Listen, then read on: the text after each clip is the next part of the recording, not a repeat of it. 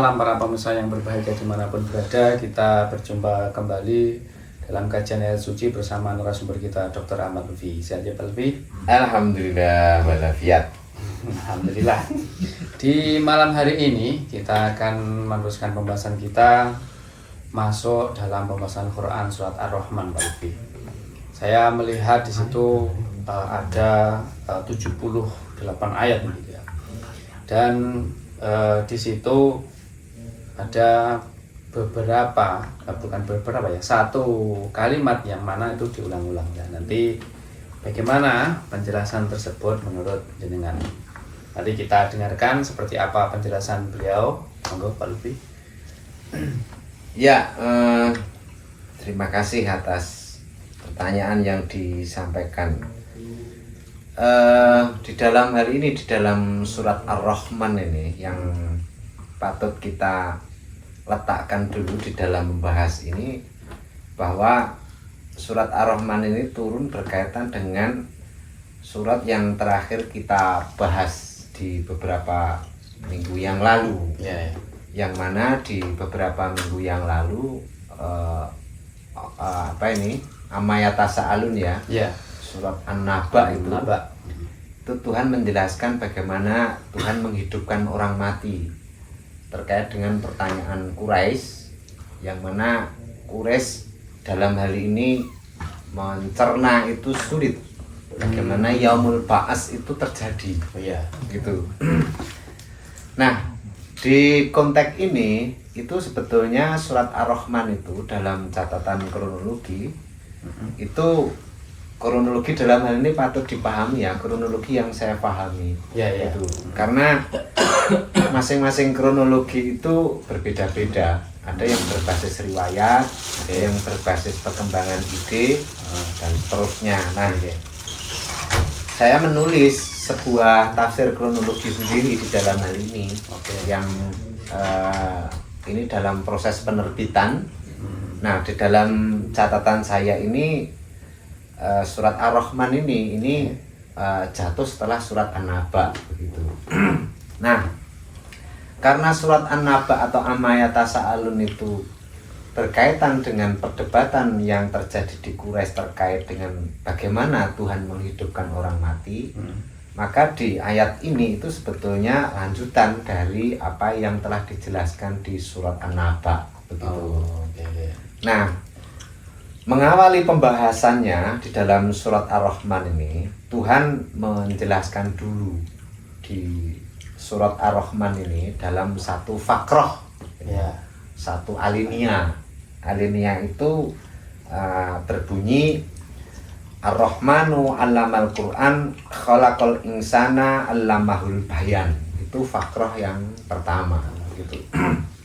Nah, ada beberapa riwayat ya terkait dengan ada kosakata Ar-Rahman ini gitu. Yang banyak orang hari ini Ar-Rahman itu dipersepsikan itu Tuhan Maha Pengasih gitu. Bahkan di beberapa tafsir itu ada yang mengatakan Bismillahirrahman, Tuhan yang Maha Kasih di dunia, Ar-Rahim, Tuhan yang Maha Kasih di akhirat. Hanya untuk orang-orang muslim kan begitu. Kalau Bismillahirrahman itu Tuhan Maha Kasih baik muslim ataupun non muslim. Kalau Ar-Rahim itu khusus muslim kan begitu.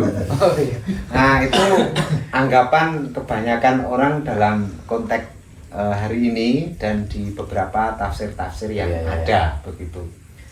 Tapi apakah memang di waktu itu persepsinya seperti itu? Begitu. Ini ternyata tidak, begitu. Ternyata tidak. Ar-Rahman ini satu kosakata yang sama, yang mana kosakata ini digunakan di Arab Selatan. Kita tahu Arab Selatan itu adalah Arab yang mayoritas penduduknya itu adalah Kristen atau Nasrani, yang biasa dikenal dengan Nasrani Najron. Ada salah satu ulama Nasrani di sana itu, namanya Musailamah Al-Hanafi. gitu. Musailamah Al-Hanafi. Itu kan Al-Kadzab ya? Al-Hanafi ya. Bukan, kalau Musailamah Al-Kadzab itu di Yamamah. Oh. Dia Yamamah itu di Arab bagian agak timur. Okay. Kalau ini Arab Selatan, itu di daerah kurang lebih sekitar wilayah Yaman. Itu ada ulama Nasrani bernama Musailamah Al-Hanafi. Nah, di gereja Musailamah Al-Hanafi di Najran itu juga ada kosakata Ar-Rahman gitu. Jadi di waktu itu menurut sumber itu misalnya sumber Ibnu Syabah ya, Tarikhul Madinah Al-Munawwarah itu di jilid yang pertama itu dijelaskan terkait dengan keberadaan gereja Najran yang ada di wilayah selatan Mekah yang itu ada tulisan Ar-Rahmannya. Nah, lalu muncul persepsi macam-macam ya. Ar-Rahman yang digunakan dalam tradisi Kristiani yang ada di wilayah gereja Najran itu, apakah Ar-Rahman yang sama yang itu dibawa oleh atau yang mengutus Nabi Muhammad? Nah, begitu. Apakah itu pertanyaannya kan begitu. Apakah kosakata Ar-Rahman kendati kosakatanya sama, itu Tuhan yang mengutus Muhammad ataukah berbeda dengan kosakata Ar-Rahman yang ada di Kristen Najran itu? Ini persepsinya gimana ini? Nah, begitu. Nah, dan juga jangan lupa Abrohah penyerang Ka'bah itu jemaat dari Nasrani Najran ini. Jadi artinya orang seperti Abrohah yang Anda sebut sebagai kafir penghancur Ka'bah itu Tuhannya juga dia menyebutnya namanya Ar-Rahman. Makanya kemudian ini gimana ini? Kok banyak kosakata Ar-Rahman yang mengutus Muhammad Ar-Rahman, yang ada di gereja itu juga disebut Ar-Rahman. Coba Ar-Rahmanmu yang kayak apa sih Nabi Muhammad? Nah, begitu. Nah, perdebatannya di sekitar itu karena banyak kosakata Ar-Rahman itu. Jadi kosakata Ar-Rahman itu sungguh telah masyhur. Begitu ya. Nah, di sini dijelaskan begitu ya. Ar-Rahman yang digunakan oleh Muhammad dan yang mengutusnya itu adalah Ar-Rahman Allamal Quran. Nah, ini Ar-Rahman yang mengajarkan Quran begitu. Sementara di gereja Najran sama digunakan kata Ar-Rahman, tapi apakah Ar-Rahman yang ditulis di gereja Najran itu yang Allamal Quran kepada Muhammad? Kan tidak begitu. Makanya ini Tuhan menegaskan diri bahwa Ar-Rahman dalam konteks yang mengutus Muhammad itu adalah Ar-Rahman Allamal Quran yang mengajarkan kepada Nabi Muhammad Al-Quran, wa khalaqal insan menciptakan manusia, allamahul bayan yang menciptakan juga penjelasan atau yang mengajarkan pula penjelasan kepada Muhammad terkait dengan Quran yang diturunkan kepadanya. Nah, inilah Ar-Rahman yang ada di Muhammad. Nah, begitu. Apakah Ar-Rahman yang ada di gereja Najran itu seperti itu? Saya tidak berbicara itu karena itu tentu berbeda. Nah, perbedaannya apakah signifikan, mengganggu monoteisme dan seterusnya, kita tidak berdiskusi ke sana, gitu ya. Kita akan mendiskusikan fakroh selanjutnya yang terkait dengan surat Ar-Rahman ini. Artinya fakroh yang pertama itu Tuhan itu memperjelas bahwasanya dirinya itu alam Al-Quran. Gitu. Nah, begitu. Nah, di fakroh yang kedua, ketiga, keempat sampai yang terakhir. Apakah persepsi tentang Ar-Rahman yang disebut sebagai Maha Pengasih di dunia, baik mengasihi Kristen apapun mengasihi Muslim dan semua yang ada ini, sedangkan Ar-Rahim itu hanya di akhirat, itu memang maksud Ar-Rahman itu seperti itu, begitu kan tafsirnya begitu selama ini, begitu. Namun kita akan lihat di beberapa fakroh yang ada di surat Ar-Rahman ini, apakah memang kosakata Ar-Rahman itu bisa dipersepsikan seperti itu? Nah, ya, kita lihat. Kita lihat. Nah, begitu ya. Begitu lihat. Nah, di fakroh yang kedua, saya merujuk kepada satu kitabnya Muhammad Abid Al-Jabiri ini. Di fakroh yang kedua itu dituliskan begini, al-kaunu qaimun ala tawazun fala tukhsiru al-mizan. Begitu. Oh, timbangan. Alam itu ada berdasarkan keseimbangan. Nah, begitu ya. Keseimbangan itu ada langit, ada bumi, ada bulan, ada bintang, dan seterusnya. Semuanya berjalan sesuai dengan garis edarnya masing-masing yang disebut dengan orbit, kan begitu. Nah, orbit sehingga masing-masing benda itu berjalan pada koridornya, itu yang disebut dengan tawazun. Fala tukhsiru al-mizan, janganlah kau merusak keseimbangan itu. Nah, begitu. Nah, begitu. Nah, ini dijelaskan asy-syamsu wal qamaru bi husban wan najmu wasyajaru yasjudan ila akhirih, begitu kan? Matahari, rembulan, lalu kemudian bintang-bintang, lalu pohon yasjudan, begitu bersujud. Ini bersujud ini bukan kok matahari itu melakukan sujud seperti Anda, bukan. Sujud ini artinya mereka tunduk kepada garis orbit yang ditetapkan. Oh, sesuai dengan garis orbit. Sesuai dengan garis orbitnya atau sesuai dengan hukum-hukum yang diberlakukan kepadanya, gitu. Misalnya kayak tumbuh-tumbuhan, syajar itu dia akan tumbuh ketika misalnya dikasih keseimbangan, ada air, ada pupuk dan seterusnya, sehingga dia bisa tumbuh dengan sempurna. Nah, ini fakroh yang pertama, begitu ya. Yang kedua. Fakroh yang kedua. Fakroh yang kedua. Jadi Ar-Rahman itu menjelaskan keberadaan alam itu seimbang. Gitu. Oh iya. Nah, gitu ya. Ya. Keberadaan alam itu seimbang. Apakah mengindikasikan Ar-Rahman itu kasih kepada Muslim sama non-Muslim sama Nasrani dan seterusnya? Kok ini mengindikasinya kok ke alam, gitu ya? Ke alam, tidak mengindikasi aneh. Kemudian fakroh yang ketiga ini, al-ardu wa ma yambutu fiha khalaqahuma lil kainati al hayyati faha tunkiruna zalik, gitu. Bumi dan apa yang tumbuh di dalamnya, yang Tuhan menciptakan keduanya untuk makhluk-makhluk hidup, maka apakah kau mengingkari itu? Nah, begitu. Nah, ini menjelaskan tentang kemahakuasaannya, keperkasaannya, begitu.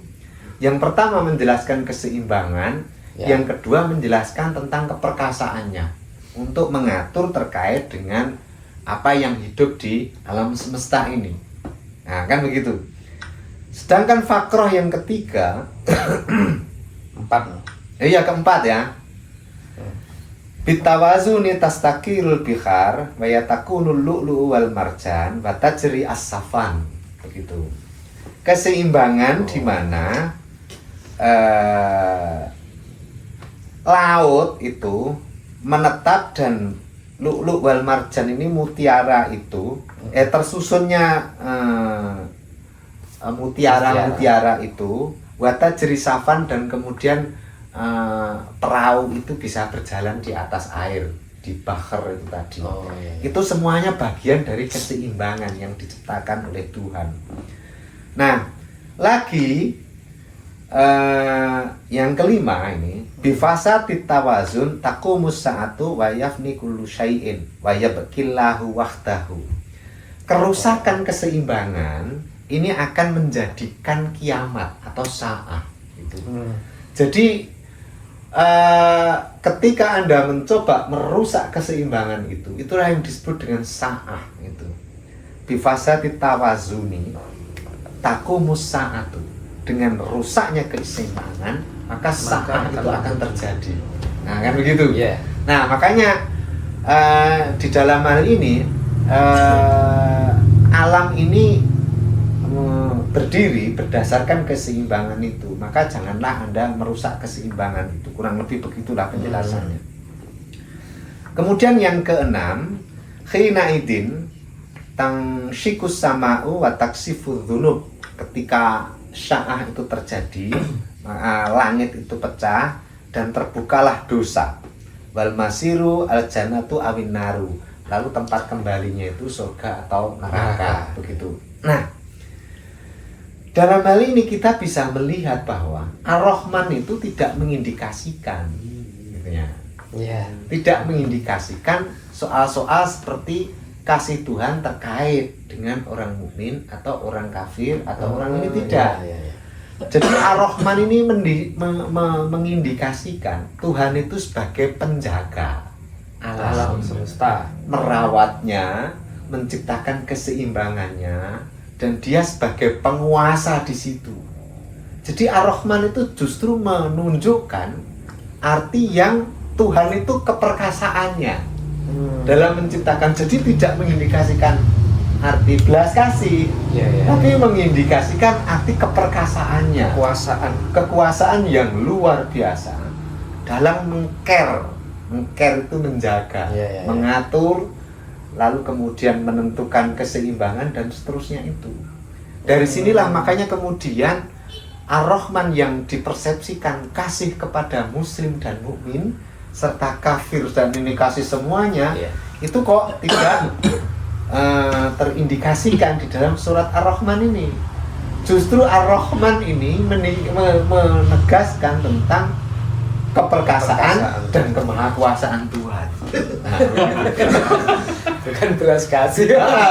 Jadi begitu. Bismillahirrahmanirrahim. Maha pengasih lagi maha penyayang, begitu.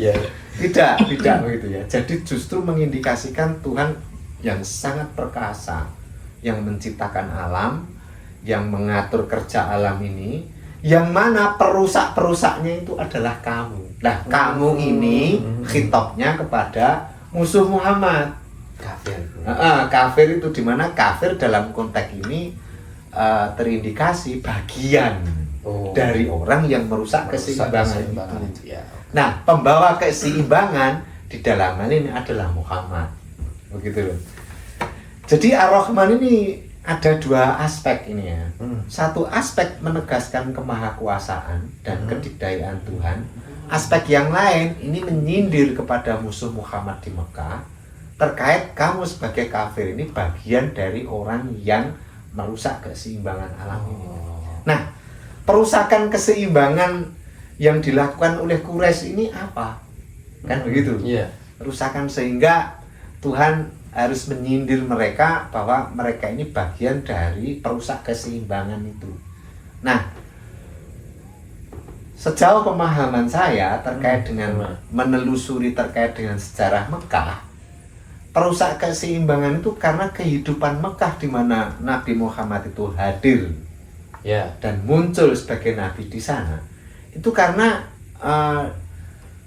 ada perbedaan yang cukup tajam terkait dengan kelas sosial. Gitu ya. Terkait dengan kelas sosial. Yang kaya itu over, sementara yang miskin over pula miskinnya, begitu loh. Nah, ini kan tidak seimbang ini. Nah, ketika mereka diajak Muhammad untuk to'amil miskin dan seterusnya, mereka menolak, begitu. Nah, itulah bagian dari apa yang telah mereka lakukan sebagai perusahaan keseimbangan itu.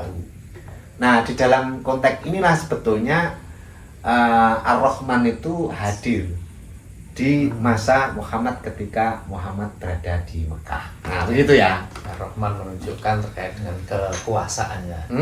Kekuasaannya dan justru kritiknya, gitu loh. Bukan kok maha kasih hanya kepada muslim, hanya ini. Kok enggak begitu ya kesannya begitu. Nah, kemudian yang kedua terkait tikror. Tikror itu pengulangan. Fabi ayyi ala rabbikuma tukadziban, begitu. Nah, tikror ini atau pengulangan-pengulangan fabi ayyi ila rabbikuma tukadziban itu terkait dengan ketika Tuhan menunjukkan bagaimana kekuasaannya, gitu. Misalnya ini ya, kullu man 'alaiha fan wa yabqa wajhu rabbika dzul jalali wal ikram fa bi ayyi ala rabbikuma tukadziban. Misalnya begitu. Kan fa bi ayyi ala rabbikuma tukadziban kan banyak. Kita ambil contoh seperti itu. Kullu man 'alaiha fan. Setiap orang itu pasti akan fana. Ya, pasti an. Wa yabqa wajhu rabbika, dan wajah Tuhanmu pasti akan kekal. Yang dia punya sifat jalal wal ikram itu. Nah, itu kan fakta. Setiap orang fana itu fakta. Kan begitu. Ya. Maka dari fakta itu mana yang kau dustakan? Jadi fabi ayya ala irabikum atukatiban terkait dengan tikror itu, pengulangan itu karena satu-satu fakta ditunjukkan, lalu kemudian Tuhan menegaskan mana yang kamu bantah dari ini. Nah, begitu. Bahwa saya ini maha kuasa, kuasanya itu seperti saya tunjukkan one by one. Mana yang kau dustakan? Nah, begitu loh. Jadi tidak mengindikasikan belas kasih muslim sama kafir, tidak, begitu loh. Fakta-fakta ditunjukkan satu-satu, lalu ditanya, fabi ayya ila rabbikuma, agar Anda menyaksikan kemaha keperkasaannya sebagai Ar-Rahman yang maha perkasa. Itu. Mana yang kau dustakan itu? Nah, mengapa ditunjukkan satu-satu? Ya karena pentingnya fakta tentang kekuasaan itu yang selama ini dihindari ya, atau diingkari oleh musuh-musuh Muhammad terkait dengan risalah yang dibawa Muhammad itu. Ini risalah saya sudah berikan, yang memberikan itu adalah Ar-Rahman yang maha perkasa, yang saya tunjukkan satu-satu, mana yang kau dustakan? Nah, jadi kayak istifham tapi mungkirat. Pertanyaan yang sifatnya gugatan, gitu loh. Jadi tidak setiap Tuhan bertanya itu lalu Tuhan tidak tahu jawaban, tidak. Karena tujuan pertanyaan itu kadang mungkirat, kadang takbir, kadang memang orang bertanya itu butuh jawaban. Nah, fabi ayya ini, fabi ayyi ini itu adalah bentuk istifham mungkirat terkait dengan orang-orang itu ingkar akan kekuasaannya, gitu loh. Sehingga kamu menolak Muhammad sebagai utusan saya, yang keberadaan Muhammad itu membawa visi yang sangat besar. Ketika kamu taati, maka yang beruntung kamu. Tapi anehnya, kamu justru mempertanyakan yang mengutus Muhammad dan tidak mempercayai Muhammad gara-gara Muhammad bukan bagian dari orang besar sepertimu. Sehingga kamu tidak percaya, masa Tuhan yang maha besar mengutus orang yang sangat sekecil itu. Bukan dari bagian. Kenapa kamu bertanya begitu? Jadi ada istilahnya ini ya, membunuh personal itu apa istilahnya? Membunuh karakter. Apa itu istilah psikologinya itu? Personality itu loh, yang diserang personal. Ad hominem. Cobalah analisis faktanya ini. Jangan analisis ad hominem personalnya. Nah, begitu. Makanya fabi ayyi ini diulang-ulang. Ya, kalau tidak salah itu pengulangannya sampai 31 kali. 31 kali. Diulang. Ini menegaskan Tuhan yang maha perkasa, yang menjaga alam ini. Jadi Ar-Rahman justru mengindikasikan keperkasaan Tuhan dan kemahakuasaannya. Kendati mungkin artinya maha pengasih. Begitu. Disitulah kurang lebih Ar-Rahman itu yang bisa saya pahami terkait dengan apa yang menjadi gagasan dari surat Ar-Rahman ini. Mungkin masih ada lagi terkait dengan penjelasan yang terakhir atau?